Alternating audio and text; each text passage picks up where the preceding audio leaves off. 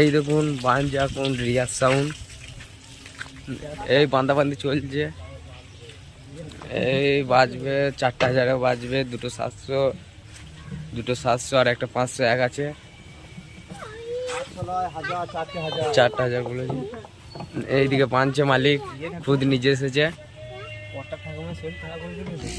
আর দেখো 3টে টেবিলাইজার আছে, 4টে ডেক আছে, মাইক আছে 36টা। এই দেখুন বক্সটা 4টে 6 বাজবে, এইদিকে যাবে,